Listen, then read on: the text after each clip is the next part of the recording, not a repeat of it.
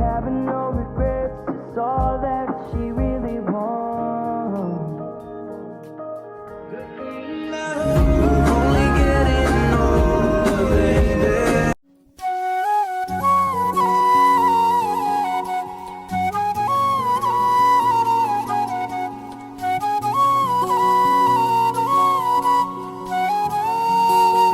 Hi guys, welcome back to our channel. ඔන්න අදත් අපි අලුත් vlog එකක් අරගෙන තමයි ආවේ. අද නම් කෙනෙක්ගේ birthday එකක් දවස. ඉතින් ඒක අපි කොහොමද celebrate කරේ කියලා තමයි මේ vlog එක අරගෙන ආවේ. අද හරියටම අප්‍රේල් 8 වෙනිදා. අද අමාගේ birthday එක. ඉතින් අපි දෙන්න උදෙන්ම ගියා පන්සල්. අමා උදෙන්ම ඇවිල්ලා මාව පික් කරා.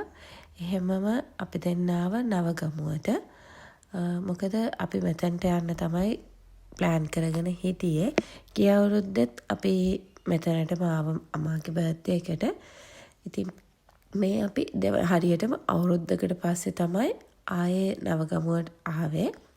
මුලින්ම අපි ඇවිල්ලා එතනින් මල් පහන් හඳුන්කෝරු එහෙම අරගෙන අපි මුලින්ම බුදුන් වන්දා. ඉතින් අපි උදෙන්ම තමයි ගියේ. ඒ වෙලාවේ සෙනග චුට්ටක් අඩුයි. ඉතින් ඒකත් එක්ක අපි අස්සනට ඒ වැඩ ටික කරගත්තා. ලොකුවට වීඩියෝ එකක් කරේ නැහැ. මේක චුටි මිනි vlog එකක් වගේ තමයි. මොකද ඇත්තටම අපි vlog එකක් කරනවා කියලා හිතුවේ නැහැ. ඒකින්ද සමහර වීඩියෝස් එහෙමත් ඇත්තටම නැහැ. මොකද පන්සලට ගියේ අපි වීඩියෝස් කරන්නේ නැහැ කියලා හිතාගෙන ඊට පස්සේ අපි හිතුවා චූටි vlog එකක් කරොත් හොඳයි කියලා. ඒක නිසා තමයි මේ විදිහට චූටි වීඩියෝස් ටිකක් ගත්තේ. අපි පොඩියට vlog එකක් කරමු කියලා හිතලා. ඉතින් බලාගෙන ඉන්න අපි මොකද කරන්නේ කියලා. ඇත්තටම එදා දවස හරිම සතුටින් තමයි පටන් ගත්තේ. දවස් ඉවර වුණේ ඒ විදිහටමයි. ඔයගොල්ලෝ බලාගෙන ඉන්නකෝ ඉස්සරහට මොකද වෙන්නේ කියලා.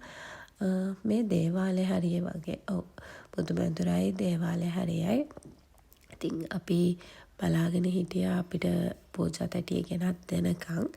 ඊට පස්සේ ඒගොල්ලෝ ටිකක් පරක්කු වෙච්ච හින්දා අපි බුදුන් වන්දලත් ඉවරයි. හැමදේම හින්දා අපිම ගිහිල්ලා පූජා තැටිය අරගෙන ආවා. ඊට පස්සේ පූජාව දීලා එළියට ආව ගමන්ම අපිට පූජා තැටියේ තිබුණු කිසිම දෙයක් කිසිම පළතුරක්වත් ඉතුරු වෙන්නේ නැති වෙන්න ඒ ටික හැමෝටම දෙන්න පුළුවන් වුණා. ඉතින් මේ පූජා වට්ටිය ඇත්තටම මේගොල්ලෝ හොඳටම හදලා තිබුණා.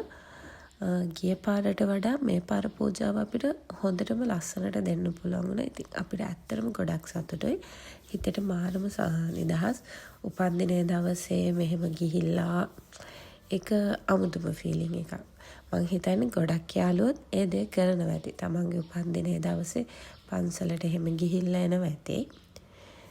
ඉතින් එහෙම කරන්නේ නැත්නම් පොඩ්ඩක් කරලා බලන්න තමන්ගේ හිතට කොච්චර ලොකු සහනයක් හම්බෙනවද කියලා තේරෙයි. ඉතින් මේ අමාගේ අතේ තිබ්බ පළතුරු වට්ටියෙන් හැමෝම පොඩියට හරි දෙයක් හැමෝම අරගෙන ගියා. ඇත්තටම ඉතින් අපිට හරිම සතුටුයි. ඒ කියන්නේ එතන ඒ වෙලාවේ හිටපු හැම මිනිස්සෙක්ම වගේ හැම දෙයක්ම අරගෙන තමයි ගියේ. ඉතින් අපි මෙහෙම පොඩියට දෙයක් හරි කරන එක ඇත්තටම හරි වටිනවා. ඉතින් අපි දැන් නම් හරිම සතුටින් මේ දේවල් කරා.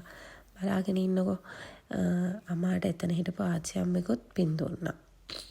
අන්න බලන්නකෝ ඒ ආච්චි අම්මත් කියන දේවල්.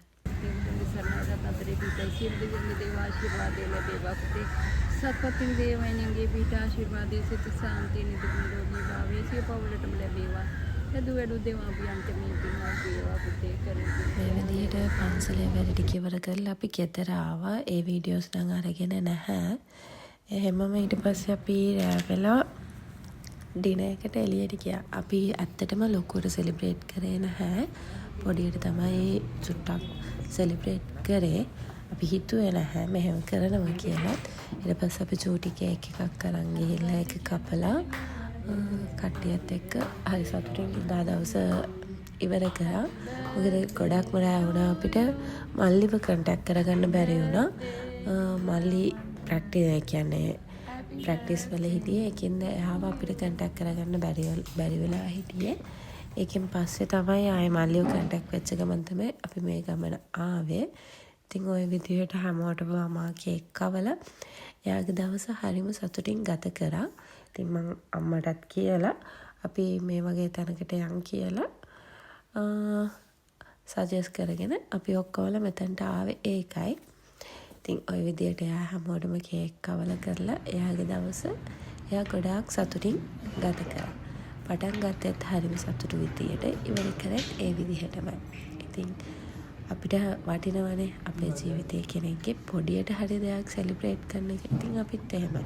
ලොකුවට නැති වුණත් පොඩියට හරි අපි ඒ දේවල් සෙලිබ්‍රේට් කරනවා. Special data. මොකද මේක එන්නේ අවුරුද්දටම එකපාරයි ජීවිතේටම එකපාරයි. ඉතින් අපි ඒක පොඩියට හරි සෙලිබ්‍රේට් කරනවා. ඉතින් මේ වෙනකන් අපේ බ්ලොග් එක බලපු හැමෝටම thank you. මේ බ්ලොග් එක බලන ඔයා අලුත් කෙනෙක් නම් අපේ channel එකට අපි ආදරෙන් පිළිගන්නවා. අපේ channel එකත් subscribe කරගෙන යන්න. මේකට මේ බ්ලොග් එකට කැමති අය ඉන්නවනම් like කරන්න, comment කරන්න, subscribe කරන්න අමතක කරන්න එපා. එහෙනම් ඊළඟට අලුත් බ්ලොග් එකකින් හම්බෙනකන් පරිස්සමෙන් සතුටින් ඉන්න. Thank you for watching. Bye bye.